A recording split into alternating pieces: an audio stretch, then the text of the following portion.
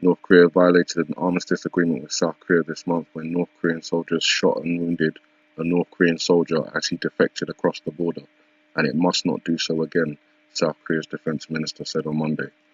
So they're trying to kind of tell North Korea, I mean, this is the last straw. If that happens again, you know, what's the alternative but to respond?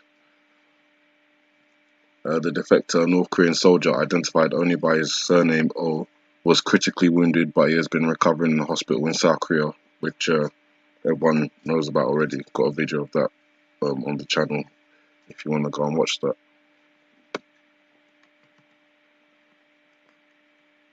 So Russia has launched its new submarine called Prince Vladimir. I believe this was reported as well. What's important about it is the fact that it's able to dive deeper, down to 400 meters, and it's got lower sound levels. So if this is going with the theory of a submarine approaching the east coast of the United States undetected, then this would probably be the submarine to do it. Hawaii, I had a video on this as well, about them reinstalling their air raid sirens amid the tensions with North Korea and possible World War III. So they are activating it on December the 1st. So it looks like, you know, there's a lot of things going on in December as well now. And they say it's a part of their ballistic missile preparedness program, and that's coming from the Hawaii Emergency Management Agency. So they're preparing for a strike. This report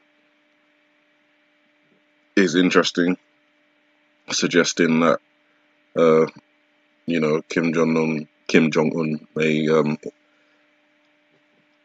launch some sort of provocation, missile, nuclear test, or have you, in the lead up to December. And the reason for that is because he hates Christmas and he's got a loathing for the Christian festival. So it says here that he banned Christmas last year and he demanded Christians worship his own grandmother instead. Her name was Kim Jong-suk. They all have rather strange names. And she was born on Christmas Eve. So that's the 24th. There is a video on my channel about Christmas Eve as well.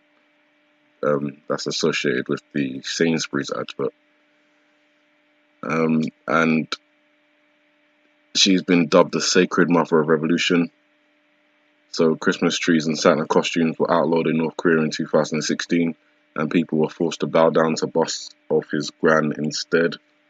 And now experts warn Kim could be planning a huge missile launch in the run-up to this year's celebrations in the US as fears of World War III continue. The US think tank, the Center for Strategic and International Studies, which I will bring up in a moment, says he will strike on December the 17th. There's no confirmation of that, but that's what they believe. That date is the anniversary of the death of Kim's father, Kim Jong-il, who passed away nearly 6 years ago. So there's two significant dates for Kim Jong-un personally in December, and that's December the 17th for his father dying and December the 24th for when his grandma was born. And it is claimed the launch will involve a demonstration of a weapon of mass destruction following annual drills in the country that month. And the Institute claims December has usually seen a period of high missile test activity by the regime over the past 5 years, and there's been a notable absence of North Korean missile tests recently. So that's interesting. We'll see. So what we can do is just kind of see if that's true. But interestingly enough, Chinese nuclear bombers are on 24/7 alert as well. This is after the report that Russia told its industry to be ready at all times. And China has placed its nuclear bombers on 24/7 alert following the tensions with the US and North Korea. The warplane pilots in Korea and China have been told to be combat ready all the time after a fleet of jets flew over the South China Sea. So they're looking at the situation and, preparing themselves. Russia's preparing themselves. They put out the warning at the Sochi summit. And then you've got China not only telling its bombers to be put on 24/7 alert, but apparently they are temporarily shutting down a trade bridge between North Korea and China for repairs. And some people are taking that as a message that China is punishing North Korea as part of the UN sanctions and the tensions that are building up. But personally, if you remember the report about the Chinese envoy that went over to North Korea, and when they left, they were very hush-hush about it all. They didn't speak about what they actually discussed. But shortly after, as you'll see just here, they suspended their flights between the country for Air China. So there's no flights going into North Korea. They've shut down this bridge, and they've told their bombers to be on 24/7 alert. So it's possible that that meeting that they had between China and North Korea revealed some information that has caused China to stop its passenger flights from going to North Korea, shut down a trade bridge, and tell its nuclear bombers to be on 24/7 alert. Just speculation, but I think it's quite telling to see the actions. And then obviously you've got Russia as well, warned their industry to be on, basically 24/7 alert as well. Hawaii putting in its air raid sirens from the 1st of December. So it seems like these countries are preparing for something, and obviously they have knowledge that we are not privy to. So again, we'll see. Again, the report, just like the previous one that said there may be a potential strike on December the 17th or December the 24th. North Korea likely to engage in provocation within 30 days, coming from this report. And this is the same people, the Center for Strategic and International Studies. And they said, they're just saying here, a fresh provocation could occur over the next 14 to 30 days. That kind of literally takes us to the end of December. And there's various dates in December as well, which some I have mentioned. We're obviously looking at December the 3rd as well. I'm looking at November the 29th and 30th. So, as I said, when it gets to the end of the year, New Year starts. That's it. There's no more dates that I'm aware of. And that'll be all I share with you. So, as I was saying, Russia is warning of an apocalyptic scenario on the Korean Peninsula.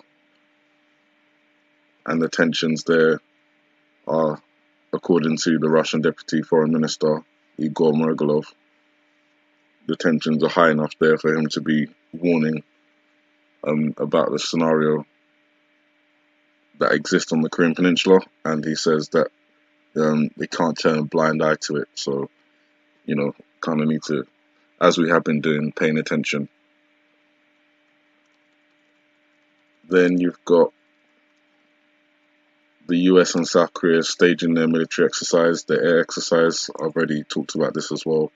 The air exercise is called Vigilant Ace, and it's going to involve 12,000 US personnel and an unspecified number of South Korean airmen flying more than 230 aircraft at 8 US and South Korean military bases involving F-22 Raptor stealth fighters and F-35s.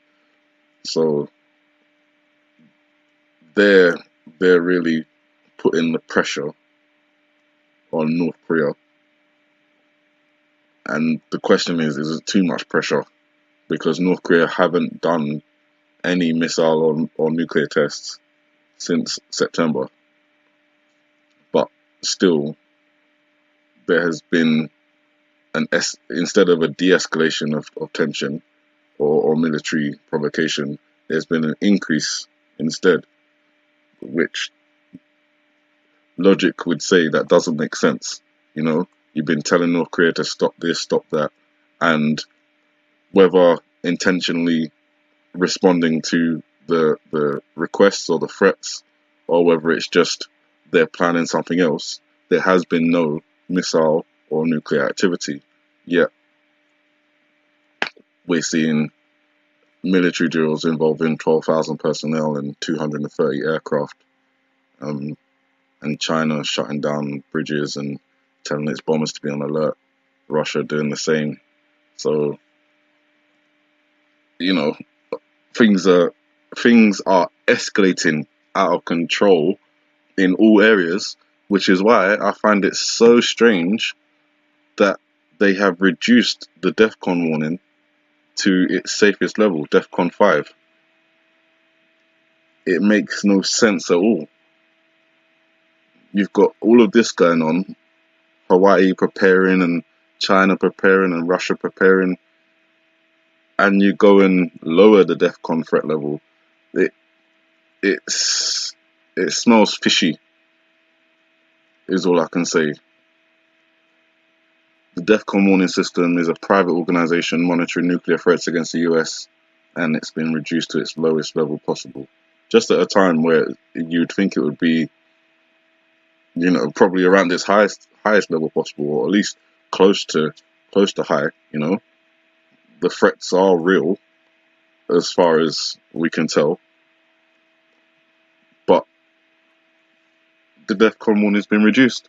And then just to clarify the DEFCON warning, DEFCON 1 is basically nuclear war is imminent. DEFCON 2, next step to nuclear war. DEFCON 3 is an increased force and readiness above that required for normal readiness. DEFCON 4, increased intelligence watch and strengthened security measures. And then DEFCON 5, lowest state of readiness, normal readiness.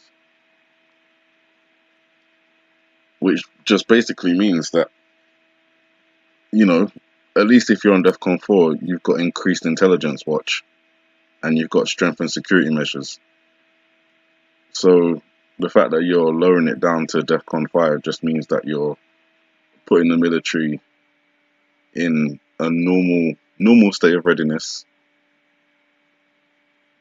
And anything could happen in that setting, because I'm assuming that when you lower the DEFCON warning, certain activities that were taking place before stop. Possibly things like increased submarine detection or something like that. I'm not sure on those exact specifications. What I do know is there's not really a time to be lowering the DEFCON warning. And that's what they've done. So I just wanted to bring all of that to your attention.